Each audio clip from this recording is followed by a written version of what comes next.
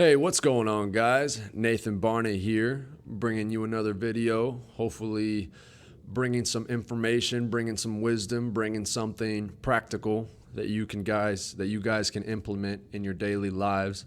So I wanted to start off with a question for you. How many times in your life have you set out to do something? Have you said you were going to do something? Have you set a goal for yourself? And maybe a week, month down the road, something comes up and you find yourself starting to make decisions that are slowly moving you away from that goal. And then once you find that you're too far off, you end up staying off. And then it's hard to get yourself back in the right direction. If I had to guess, that's probably many of you, including me and a lot of the people that I work with. And so for the topic of today's discussion, I wanted to talk about values, and specifically creating values for yourself to help you achieve your goals. Because when I'm working with people, when I'm working with myself, a lot of times we have these goals, like you want to lose 10 pounds, or you want to get stronger in the gym, lift a certain amount of weight, or have a certain amount of money, or any number of the goals that we typically set for ourselves. But usually when we state that goal, that's where it ends. We set a goal, and then we might take some action that we think might move us towards that goal, but we really don't have a clear sense of direction and a clear functional format for moving us towards that goal. And so something I've learned studying Paul Chek specifically is the concept of creating core values for yourself. And the first step of that is you have to figure out what your dream is. And again, a lot of people stop at, I want to lose 10 pounds, or I want to get stronger, I want to have more money. And that's where the goal setting ends. That's where the dream ends. But I found in myself and the people that I work with that if your dream that you have for yourself, if your goal that you have for yourself isn't big enough, or doesn't move you enough, doesn't drive you enough, if you had to put it on a scale of 1 to 10, 10's being I would kill to make this thing happen, and 1's being I don't care at all, complete indifference about it. You want your dream or your goal to be at least a 7 if you want it to have enough power and intention and force and motivation behind it to move you in that direction.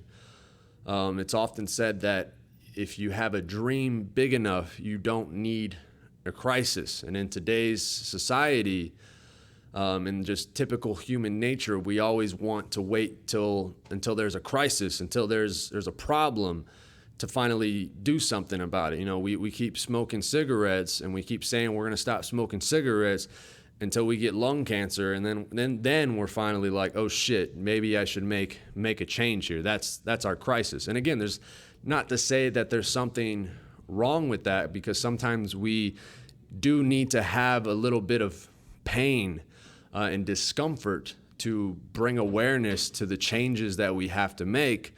But if I were to choose being on the preventative side of that and not having to go through that cycle of pain in order to make changes in my life, I'm going to choose to be on the front end and figure out what my dream is, so I don't have to have that crisis. So that's step one. You have to figure out what your dream is. And a lot of times just saying that you want to lose weight, or you want to get stronger, or whatever your goal might be, you want to stop smoking cigarettes, a lot of times that isn't enough. So you might have to take it a step further. Like, why do you want to lose weight? Why do you want to get stronger? Is it because you want to be healthier so that you can be a better parent, and better spouse towards for your kids and for your family? Is it because you have a job that requires you to be in a certain level of physical shape, and you need that job so that you can support yourself and support the things that you love to do?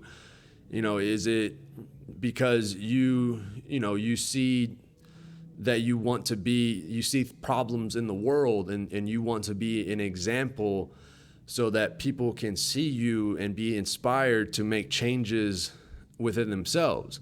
When you start to get a little deeper, typically you can find something bigger than just your surface level goal, and it can be something that can really inspire you and drive you and be at that 7 at least out of 10.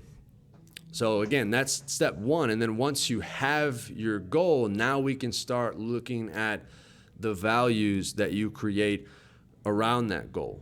And the system that I've studied and that I use and implement through Paul Chek and his system is the 4 doctors, and calls it the last 4 doctors you ever need. Because if you listen to these doctors, you won't need to go to other doctors to fix your problems. And they're Dr. Happiness, Dr. Quiet, Dr. Diet, and Dr. Movement. And with each one of these doctors, you can decide what it is you need to do, what it is you need to create for yourself, what framework you need to set in place so that you can have the framework to make decisions on, so that you can move towards your goals.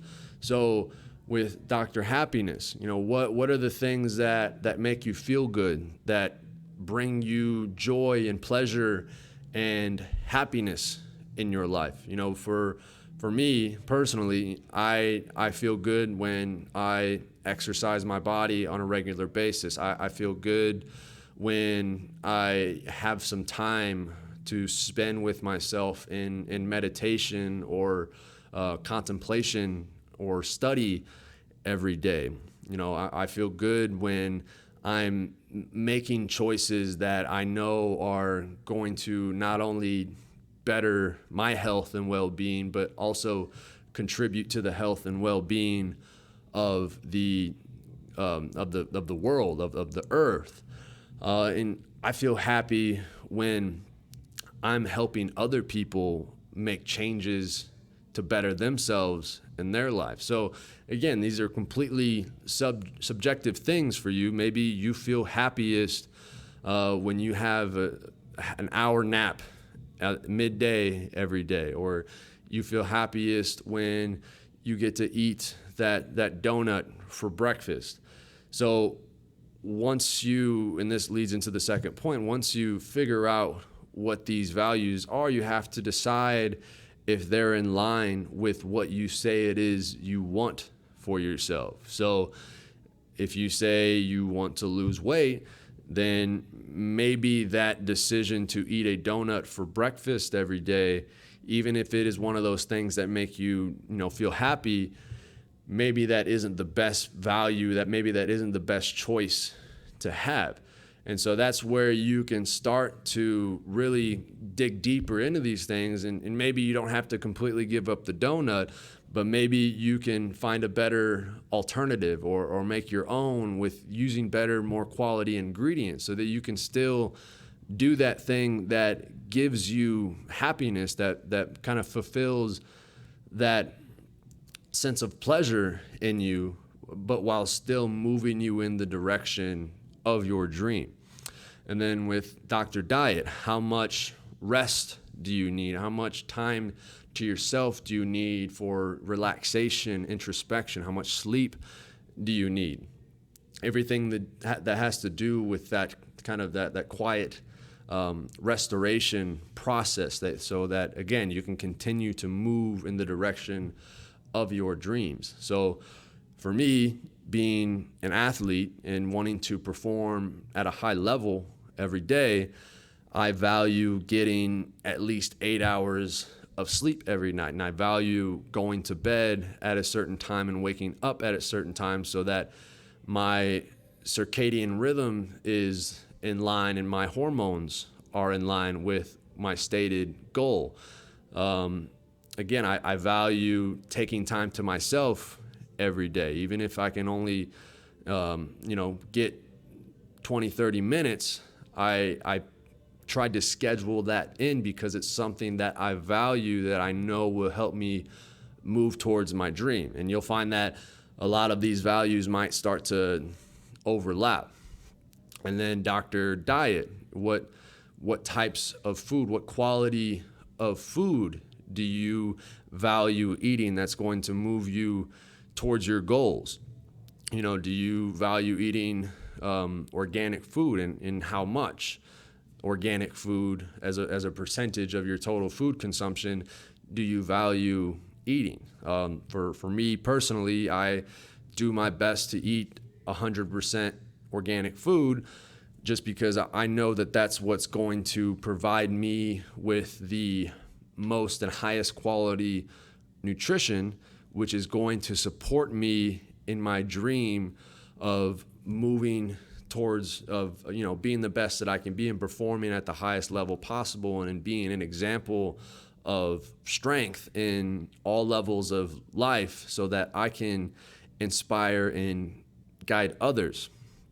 And yeah, it does cost a bit more to eat that way, but if I didn't have these values in place, then I might let that, low-hanging fruit, per se, no pun intended there, I might let that low-hanging fruit of buying cheaper food get in the way just because I'm overly concerned about, how much money I'm spending on food, because I'm not clear on the value I have that's what's going to ultimately get me towards my goal. If I shortchange what I spend on food and shortchange the quality of food that I get, and ultimately not give my body the nutrition that it needs, then it's just going to slow my progress towards my dream, which is priceless.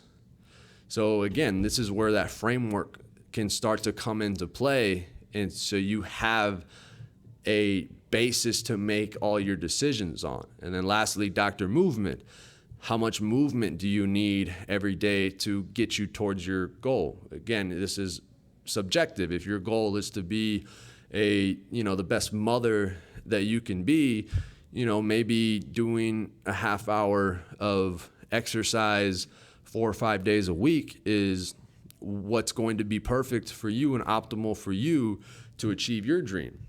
If your dream is to be an Olympic champion, then, a half hour a few times a week might not be enough movement to achieve that goal. So you have to put that into consideration. And so those are the 4 main categories that I work with. And then from there, you figure out what roadblocks are in the way. So, if money is an issue for you, but you say you want to buy organic food and, have the resources to support you in achieving your goal, then there might be a decision that you have to make as to either where you're choosing to spend your money. Because if you say you value one thing, but you're spending all your money on something else and then complaining that you don't have enough money for the thing that you say you want for yourself, and there's a blatant contradiction, which going through this process will allow you to uncover where you're bullshitting yourself. Because, like I work with a lot of people and I'm a human being. So a lot of times we say we want something, but our actions might completely contradict that thing. And then from there, you can start to put all the puzzle pieces together and figure out, where your weak areas are at. Maybe you need to pick up extra hours or find a different job that's going to better support you and your values in moving you towards your dream. Because again, in this in the society that we live in, where, the success is usually measured by how much money that you make, a lot of us get overly invested in things that make us more money without taking into consideration if doing those things to make us more money is going to get in the way of what we say we ultimately want for ourselves. If picking up more hours at work is going to get in the way of your values of getting 8 hours of sleep every night, or taking time for yourself every day, or getting in the quality nutrition that you need, then maybe that isn't the most optimal decision for you to make. And so, I can go on about this shit all day, but you can kind of see how this framework can start to help you find a clear path and help you move towards that, because ultimately your yes has no value until you learn to say no. So once you have a framework of values for yourself, you know exactly what to say yes to and what to say no to.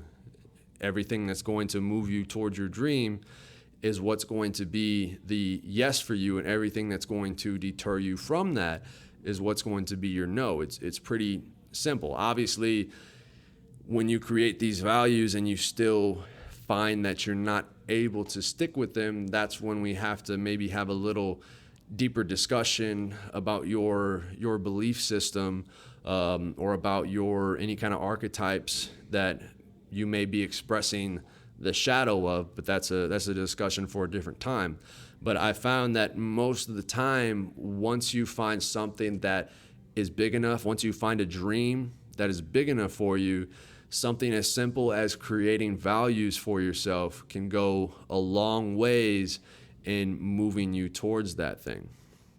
And lastly, when it comes to values, when you start to go through this process and you figure out the things that are best for you, the deeper that you get, the more you realize that what's good for you is also, well, on the surface level, it may or may not be good for everyone else. But as you dig deeper, you do find that the things that are the best, most optimal for you are also the things that are good for everyone else. And it works both ways. The things that are good for everyone else are often the things that are good for you. And what I mean by that, going back to the example of eating organic food, if you value getting the highest quality food that you can, not only are you supporting yourself and your body, but